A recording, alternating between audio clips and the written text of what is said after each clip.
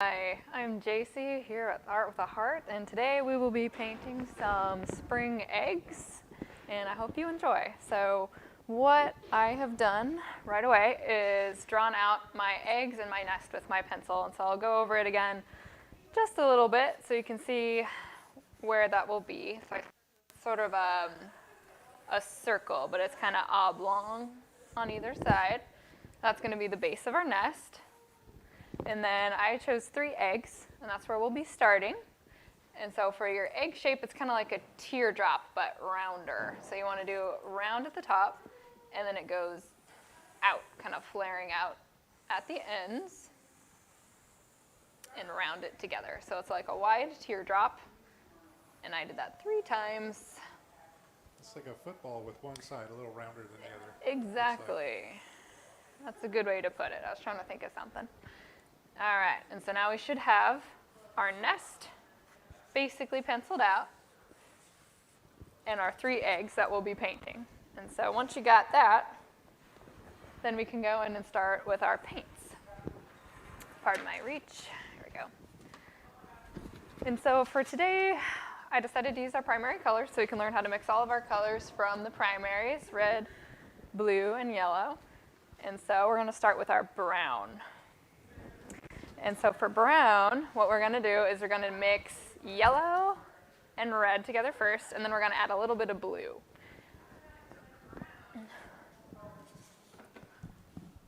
I was just checking your audio. It sounds really good.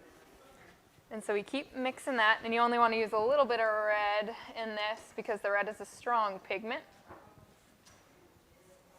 But you mix that till you get kind of like an orange. You're looking for orange, and it will turn brown, I promise. We're going for orange here because orange is the complement to blue, and when you mix your complementary colors together, you get what's called a chromatic gray, and with these paints, it kind of turns brown. So that's what we're going to use for our base. As you can see, we got this orange kind of coming together. And then we're going to... That's what it was called, Jaycee. Yeah. Chromatic gray, really? Yeah. That's cool. Yeah, these paints do a good job of making it brown, but some of the oil paints, you'll get more of a gray tone when you mix your complementaries together. So there, and then you want to add just little bits of blue into that until you start getting your brown tones. And that's going to be the base of our nest. I'm going to need a little bit of blue. There we go. I don't know if you can y'all see that? Yeah. Yeah, all right. So we keep mixing that till we get our nice brown base. And then you can come in here, and this will be our undercoat. And that's okay if it's a little more red or a little darker than this, but that's going to be our brown. And you want to paint that all around the circle that we made around our eggs. And it's okay if we paint a little bit over our eggs because our eggs are going to be on top, so we can just paint over anything that goes over the line a little bit. All right. And so what I learned while we're painting our nest is that some birds will build nests up in trees or even on the ground, and some birds just use what are called cavity nesters, and so they'll use like a tree hollow or just on rocks, which I think is interesting. They don't build a nest at all, they just go on and lay their eggs in rocks. We used to have woodpeckers where I grew up. Oh yeah? They would always find their way into the crawl space of the house. They would try to hang out in the little holes that they carved out in the trees outside too, I think. Oh wow. That's where woodpeckers live, right? Yeah, cavity nesters. Yeah, that's right, cavity nesters. And the thing about cavity nesters, and probably similar to the woodpeckers you're talking about, is that their eggs are white without any markings on them because they don't need to be camouflaged since they're already in a cavity. Oh, and that's why the eggs are different colors, because they're camouflaged? Yeah, and they're also used as identifiers, so like the spots and stuff that we'll be painting on our eggs are from more closer to nesting birds, obviously, because of the nest, but they'll use them to identify their own brood, or mainly the main theory right now about that is to combat parasite birds. which will lay their own eggs in other birds' nests so that they don't have to raise their own young. Wow, that sounds pretty sinister. Yeah, so it's a whole thing. A whole thing. But. So, at this point, we should have our brown roughed out on our nest. And that's okay if the edges are a little rough. That's going to come into play later with making the nest look a little bit more twig-like. And so from here, we're going to add more blue into the brown that we made, but just by little increments because the blue's strong and we don't want it to look too purple. But we're going to make a shadow for underneath our eggs with that. So I'm going to go over here and mix that up a little bit.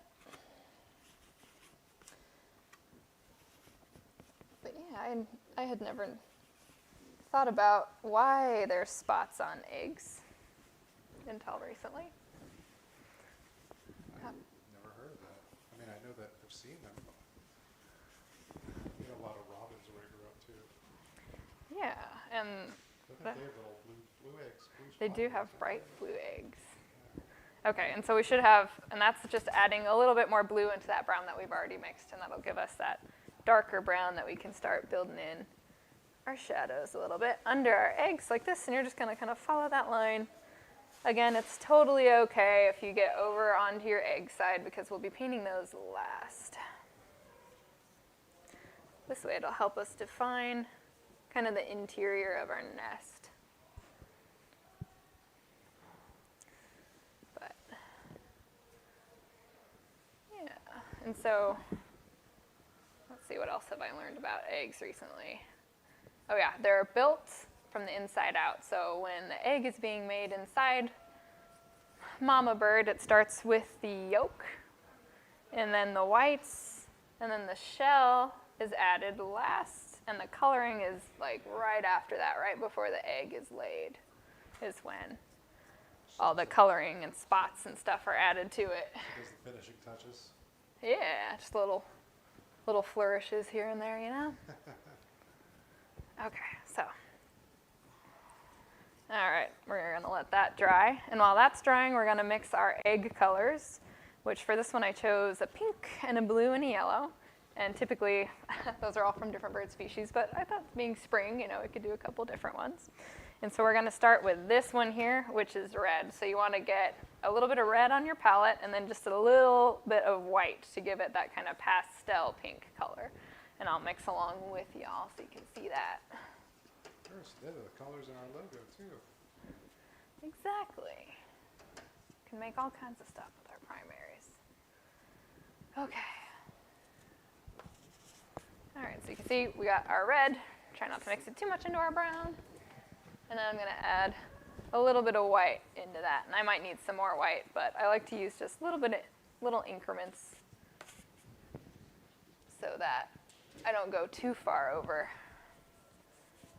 There we go, that's getting closer. All right, and for y'all with your nests, whatever you want to do, you can make it darker, you can make it lighter, and you don't even have to do red, blue, or yellow if you don't want. You could do purple, green, it's really up to you. Okay, so there we go. That's looking nice and pastel, which is just like a lighter version of the colors as a pastel. Alrighty, there we go, that's getting closer. That's what we're looking for here in our red egg. And then you can come up here, because the brown should be pretty dry by now, and start filling in our red egg.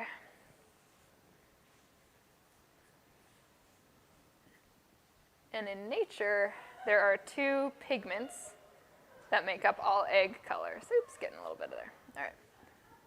There's a pigment, and I can't pronounce their scientific names, but there's a pigment that is for blue and green eggs and a pigment for red and brownish eggs. And the red and brownish eggs are typically for birds of prey, so like your falcons and some eagles, whatever isn't a cavity nester. Owls are white because they are cavity nesters. But yeah, and then, yeah, they're super, they're not quite this pink. This is a little spring, a little Easter inspired. With, yeah, usually they're more reddish brown, but they're not quite as vibrant. Yeah. Okay. There we go. Fill in your egg shape. Again, it's okay if we go over anything. We can touch it up a little bit later. All right, looks pretty good for our red egg. And I'm gonna wash the brush, and we're gonna do the same thing, only with blue. So we're gonna mix a pastel blue by getting our blues and then adding little bits of white into it until it is our pastel color. All right.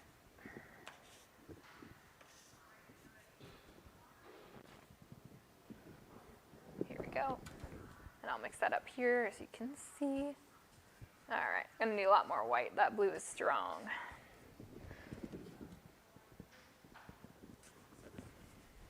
There we go. That's getting closer. I like that one. Alrighty. There we go. And that's for our blue.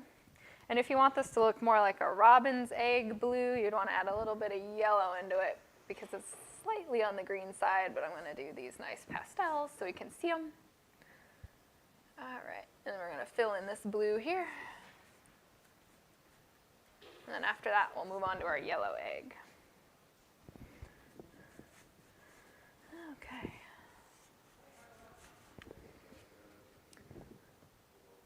One interesting, oops, went a little bit over on my egg there. All right, there we go.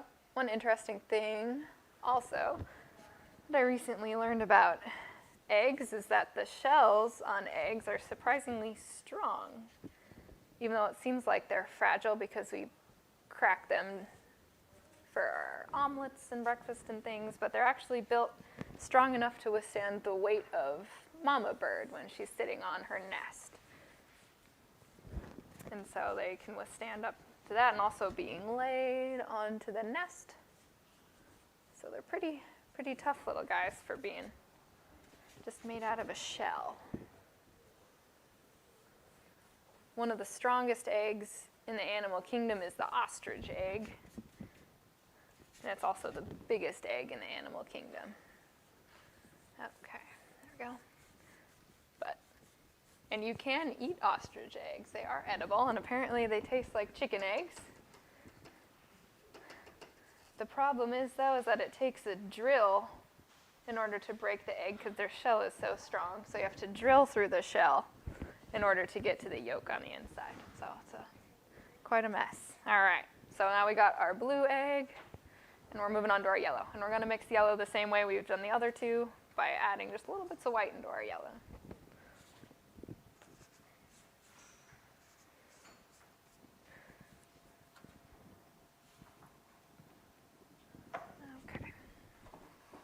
Here we go. And yellow is a lighter color, so it's a little bit easier to mix your pastel than the others. Alrighty, here it is. Alright. These nice bright colors, very spring-like. Another egg that I think is really cool is the emu egg, and the emu is a relative of the ostrich, native to Australia, but their eggs range from like almost black to this super dark turquoise color. Really neat looking. I wonder what, so that's the like camouflage with Yeah. the landscape there native to? Yeah, they lay their eggs in the deep forest on the ground, so they kind of like just blend into the plant life on the ground, and it's super dark in the forest because of how thick the jungle is there. Yeah, imagine if you're going to lay your eggs on the ground, you got to hide them well. Mm-hmm. Okay. All right. I didn't realize, Emus must lay big eggs. Are emus large birds? Emus? Yeah. They're not as large as the ostrich, but they're big. They're bigger than people. I think our zoo here in Jacksonville has a couple emus. You can go see. At least they did the last time I went to see them. Okay. So now we got our eggs looking nice and pastel-like.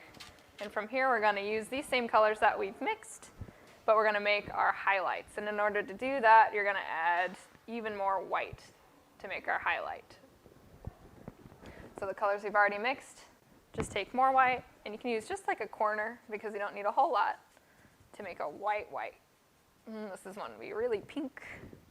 We're going to punch that highlight in here because this is where the light will be coming from. So we're going to try to follow that as we're painting. Keep in mind where our light source is. All right, there we go. And just repeat that with our blue and our yellow.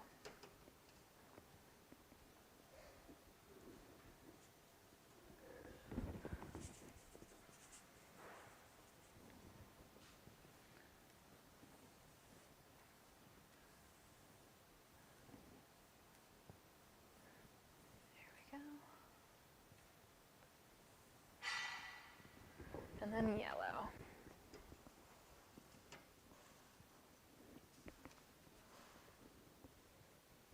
And then after this, I'll show you how to do the shadow side, which is a little more fun, I think. You can mix a little different colors in that regard. All right, this one's mostly hidden behind our blue egg, so we're just gonna focus on the top portion. I need a little more white. Here we go. There we are. There. Okay. Wash our brushes, and then we'll do the shadow side.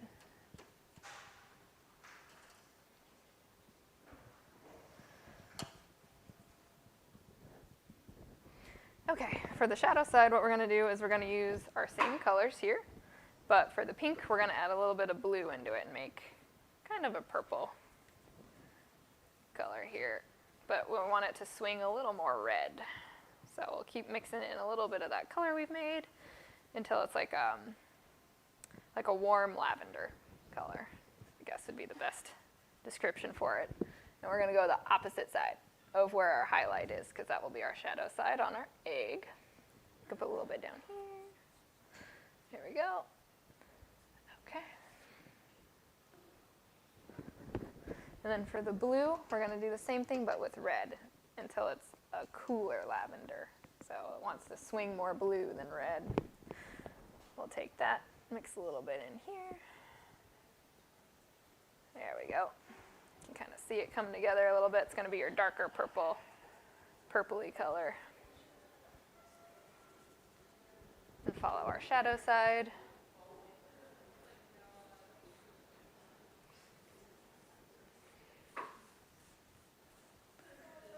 Okay. And then for yellow, we're going to make kind of a green. So we're going to use our blue and add a little bit into our yellow that we've mixed for our eggshell. You can use some blue up here. You don't want it to be a lighter green, so you don't want too dark.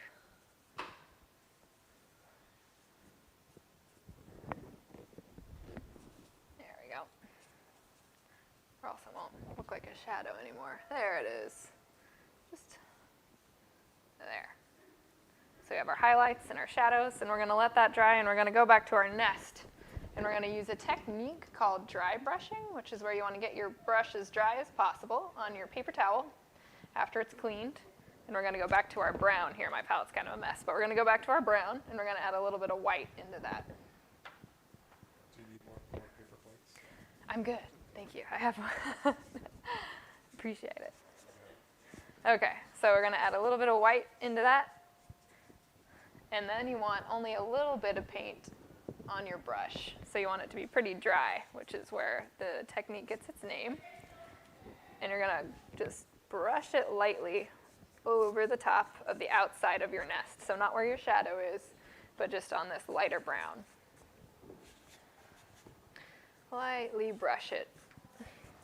And it doesn't have to be everywhere. This is just going to be like our twigs and branches and things that the birds have put together for their nest. It's pretty cool. It kind of adds like a twiggy texture to it. Yeah.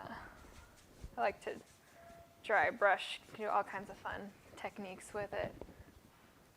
A little bit too dark on that side, that's all right. I'm going to add some different colors in a minute. There we go. No, that's cool. I'm actually starting to see the highlights on camera now. Yeah, try to get it a little brighter so it shows up a little bit better. Sometimes I forget that I can see it up close. All right. There you go. You're doing a great job. Yeah. the other day I saw a osprey flying over with a gigantic stick on its way to build a nest, but it was like this much bigger than the bird, and I was carrying it. And ospreys are pretty big birds, aren't they? They're big birds, yeah, they're nesters though, so they're up in trees. Yeah, you see a lot of osprey nests like really high up. It's always fun when they're eating a fish up in their nest and all the scales start. I was eating at a picnic once actually, and all these fish scales started raining down on the picnic table from the ospreys up in the tree. That's super weird. It was weird, yeah. Okay, so here's your light colors, and if you want, you can add even darker dry brushing in there if you want like just some shadow areas. That's an option as well. And to do that, I just add little tiny touches of black into there. The black is super strong, and it also kills the chroma of paint, which means it like dulls the color out. So you only want to add a little bit till it's darker, and then you can add some in there as well. Give it some shadow areas. I might have missed it because I stepped away for a minute, but like how do you decide which side is going to be the light side and which side is going to be the dark side? It's up to you as the artist. When you're inventing an image like this, if you're using a reference photo, it's a little bit easier to tell, but when you're creating your own picture, you can just decide. And so since I'm right-handed, it was a little bit easier for me to just have light on this side and I move across this way. But if you want, you can do it this way. You just switch. I do that. I ask because I do the same thing usually, and I think that maybe it's because I'm right-handed. Like my light source always comes from the top left. Yeah. Yep, I do the same thing. It's just but it doesn't have to be. You can pick where you want your light source to be. Okay, and then I'm going to clean up a little bit under my nest right here, and I'm just doing that again with our brown with a little bit of black for that shadow. I had some pink that got in my brown. There we go. We didn't want that, so just cleaning up my edges, and you can kind of blend that out a little bit into your shadow. There we go. Okay.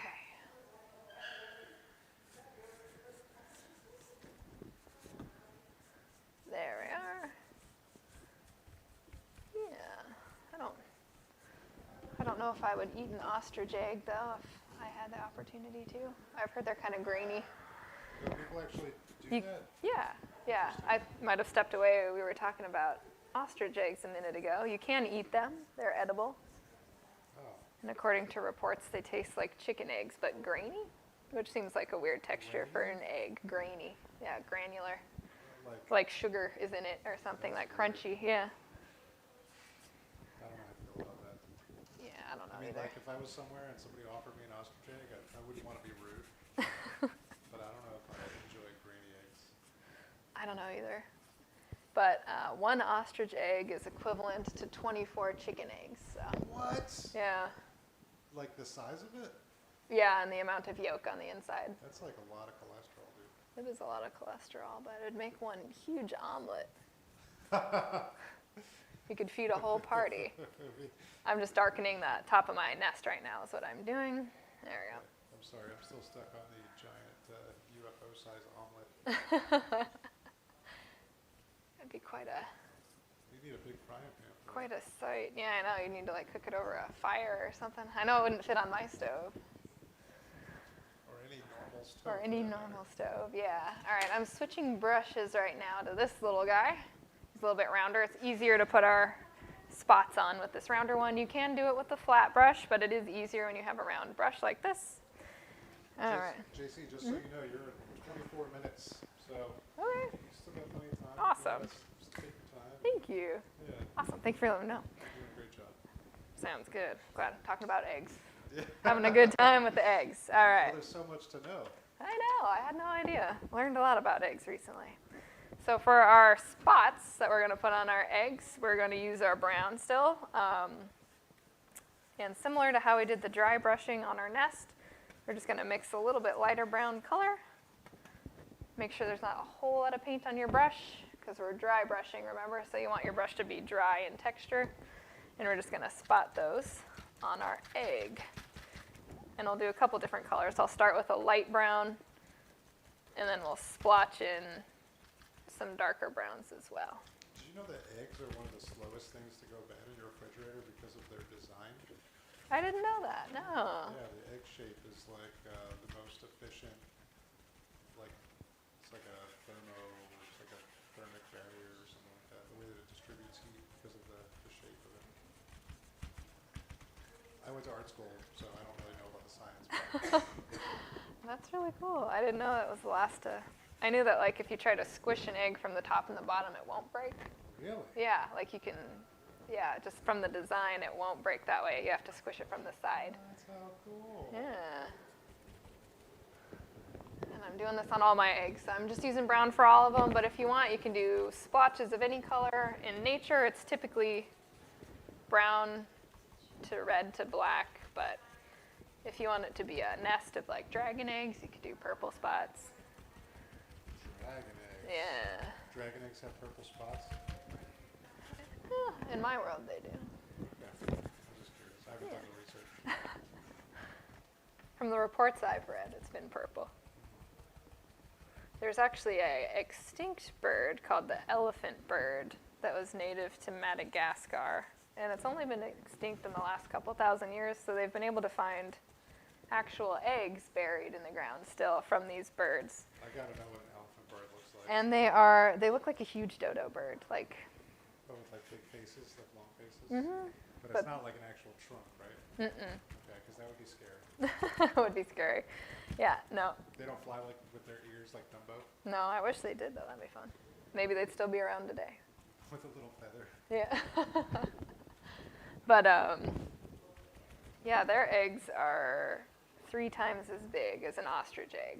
So that's how they're what was it? What? Yeah, I was trying to remember. Wild. Yeah, and I'm just putting The size these. of an ostrich egg, so that's 40, Yeah, they said they're. that's 70, that's like 80 regular chicken eggs. Yep.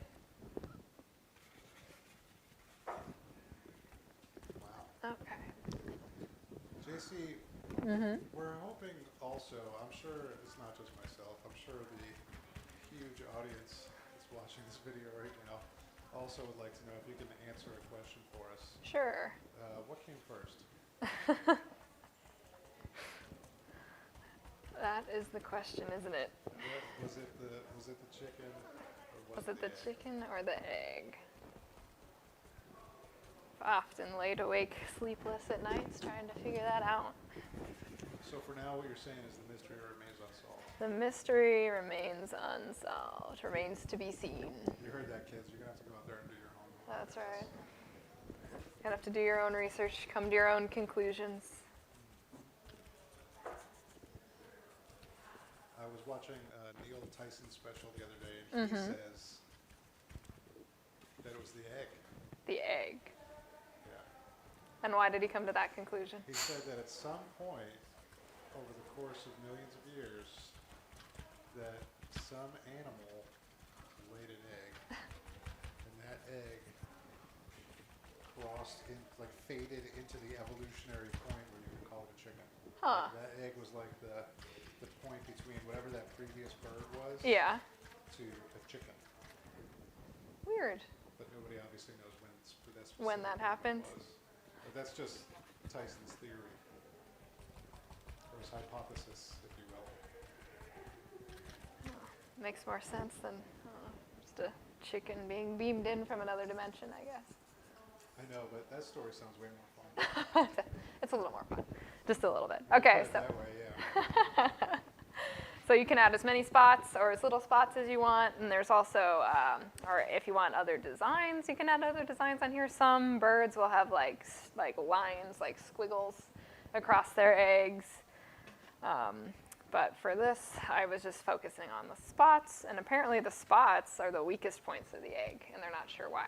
So like they're actually softer than the rest of the egg. But yeah, spots are usually used as identifiers. But like I was saying earlier, parasite birds have learned through evolution how to mimic spots of eggs of birds that they're laying their eggs into. So like they can copy spots and patterns and things as well. Super interesting. So for the background, what I'm going to do is make something called a wash, and I'm going to use a different plate for that. And your wash can be any color you want, but I'm going to do purple. So I'm going to take blue and red and I want it to be more blue than red. So we'll start adding just little bits of red into the blue. I want it to be a nice cool purple. There we go, something like that. And then you want to get most of the paint off of your brush and add water into the paint itself. And this can get kind of messy, so you want to be careful. But a wash is just really watery paint, basically. So you're making like a stain almost with it, like an ink kind of. I'm going to imply a background by doing this wash, and you can kind of see how it's more watery than the paint was we were using earlier. And go around the nest. And you can paint in a background if you want. You can put branches or leaves, or maybe this is a shorebird, and they'll lay their eggs near water or in rock nests. Oh, I like that purple. It kind of gives it like an environment that it's in. Yeah. And so for this one, you just kind of imply your background a little bit with a wash, which is what I'm going to do for this. I also think the purple kind of brings all these colors together a little bit. Makes them pop, especially the yellow, since they're complements. If you want colors to pop, you want to put your complements next to each other. So your yellow next to your purple, or green next to red. What are complements, Jaycee? They are Other than when you say colors. nice things about somebody. They're colors on the color wheel that are opposite each other Okay. on the color wheel. That's cool. Yeah. And Sounds so like useful information. it's very useful. Like, once you know your complements, you can know how to make your browns like we did earlier by mixing orange and blue together. Okay. And you can make this wash as little or as big as you want it. You don't have to make the edges perfect either. I'm going to kind of fray out my edges a little bit, but I need some more water to do that. You can do different tones. If you want it darker, just put less water in it. There we go. I kind of want to imply the shape of the nest in my surrounding wash, so I'm going to just kind of fray out my edges by going like that around my nest. There, and when that dries, it dries lighter, and that's kind of the cool thing about a wash. But since it's a lot more watery than this paint, it'll take a little longer to dry. We've watered down our medium. Okay. And then from here, you can add any designs you want around the edges. Like if you want to add spots, you can go ahead and put spots, or if you want to put drips, you could be careful and put drips. You don't want to get too messy. Or you can do little flicks of paint, which I like to do. And for that, you want to just kind of hold the brush like this, and aim towards the paper so you don't spray anybody but the paper with your paint. So try to be very careful with that. And the closer you get, the more condensed your splatter will be. And you want to do it pretty close to your paper since it's a light wash. And that just kind of fills in our background a little bit so it's not so blank. And you can do this in all kinds of different colors. So I'm doing mine in purple right now. But if you wanted to do multiple colors, you could do red, you could do blue, you could mix a new color, we could do teal, you could do blue and green together, all kinds of options. There, you can see that one's a little bit darker. Yeah. But that way it kind of fills in our blank spots a little bit since we're not painting a tree in the background or anything. Yeah. All right, how are we doing on time? Still got time? 2:34. I mean, you can still keep going if you've got more stuff to do, or if you're all done. It's up to you.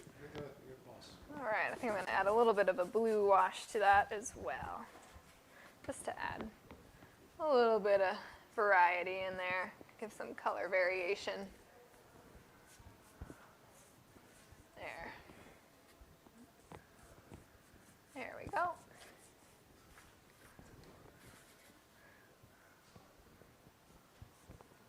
Put some spots in there as well.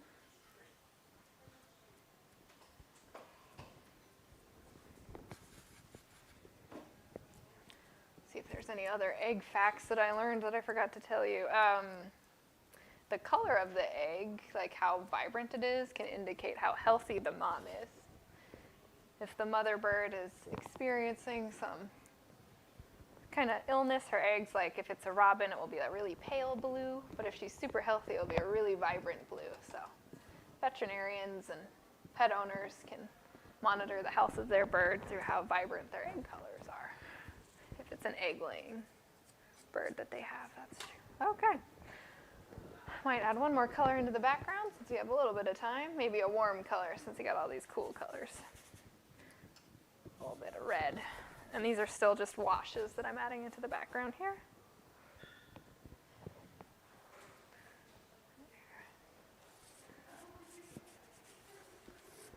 That's a fun color.